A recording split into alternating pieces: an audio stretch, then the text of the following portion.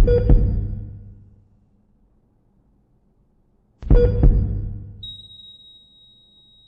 not breathing.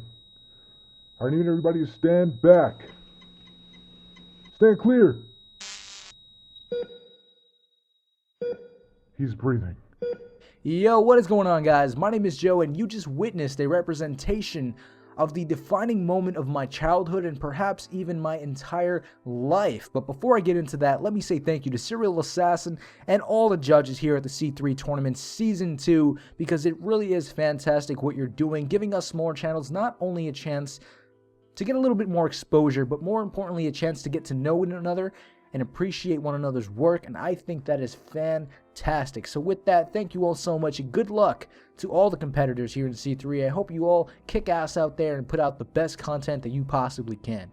So let me talk a little bit about the defining moment of my childhood. This moment occurred in the 9th grade. It was actually the summer before 9th grade. I was trying out for the football team. Now picture this. 40, 50 guys on a big dirt field and lots of different equipment pieces. It's like 100 degrees, everyone's hot, lots of equipment on, and we're all basically just working our asses off to say, Coach, we deserve to be on this team. For one kid, I guess he tried a little bit too hard, I'm really not sure, but what happened, he went to tackle this piece of equipment, and it was basically like a very large punching bag with the idea being to knock it over to practice tackling.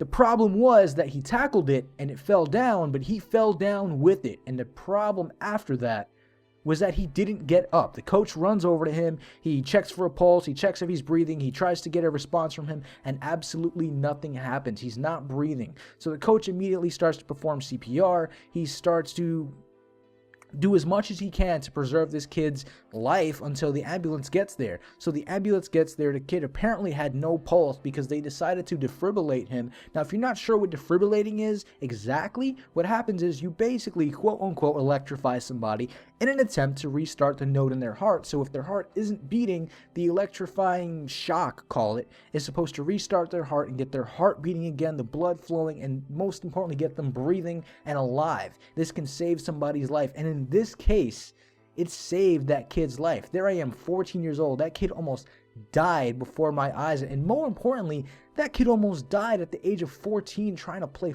football. I mean, if that doesn't teach you a lesson, I don't know what will. And there's so many lessons I took away from this. But I think the most impacting one is I knew in that moment what I wanted to do with the rest of my life. And it wasn't to play football. And it wasn't to be some accountant telling some rich asshole how he could make another $13 in his paycheck every month. I wanted to be the guy who is there. I wanted to be the guy who helps people when they're in need. I always had a cool thing for superheroes. I was like a superhero freak, comic books, all this stuff. And it might sound cliche, but there are people out there who actually do save lives, and I wanted to be one of them. I wanted to be a doctor. I wanted to be a firefighter. I wanted to be even a police officer or a nurse, and I finally found a niche later on in life as a paramedic, and that's what I chose to go for. And right now, I'm working my way up there. I'm loving it, and I'm just having such a fantastic time knowing that one day that moment back in the 9th grade will prove to be a lasting moment in the rest of my life. And aside from the fact that I learned what I wanted to do from the rest of my life, I learned that the rest of my life was not promised to me, because that kid, face it honestly, he could have died. He could have died playing football in an accident that nobody caused, an accident that nobody could have foreseen. But just like that, he's a goner.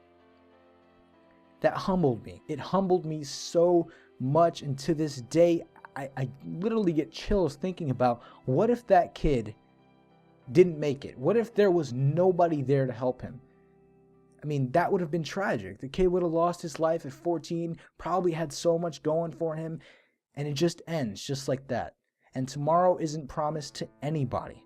So the defining moment of my childhood and perhaps my entire life was when I learned those two very important lessons. Tomorrow is not promised to anybody, but I want to make it my job and my life's goal to make tomorrow promised to as many people as I possibly can by being there when they're in need. With that, guys, I really do hope that you enjoyed the commentary, and I really hope to see you guys later. Peace.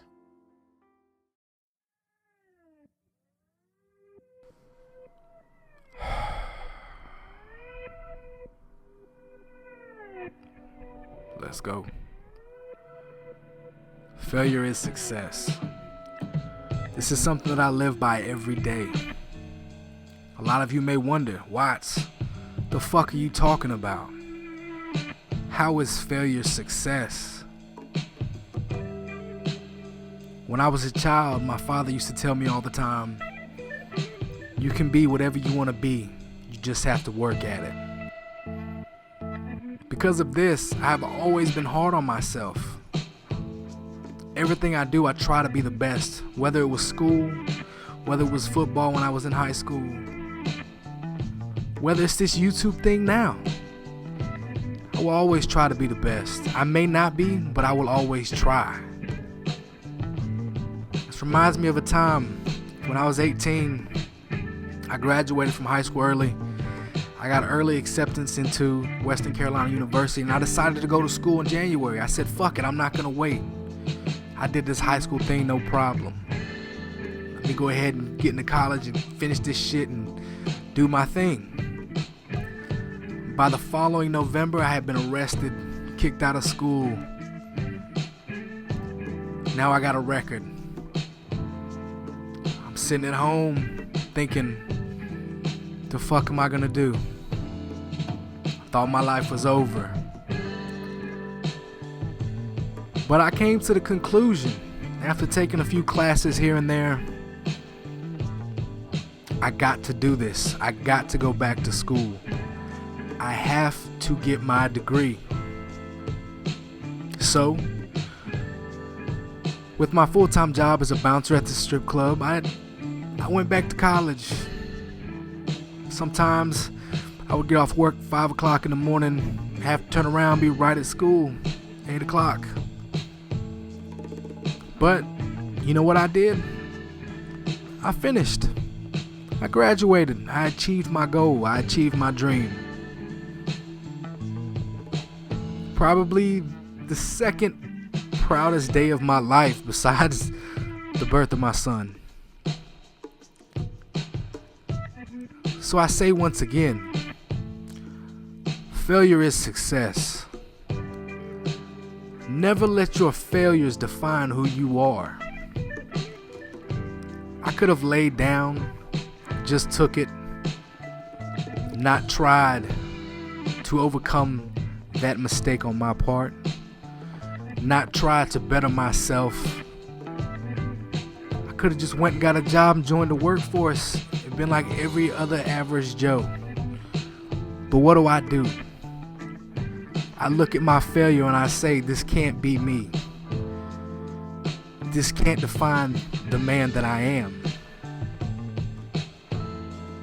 I hope to use this as a learning tool for my son. Say, look at this. This was your dad. This is what I did. This is the dumbass mistake that I made. Yeah, I fucked up. But do you know what I didn't do?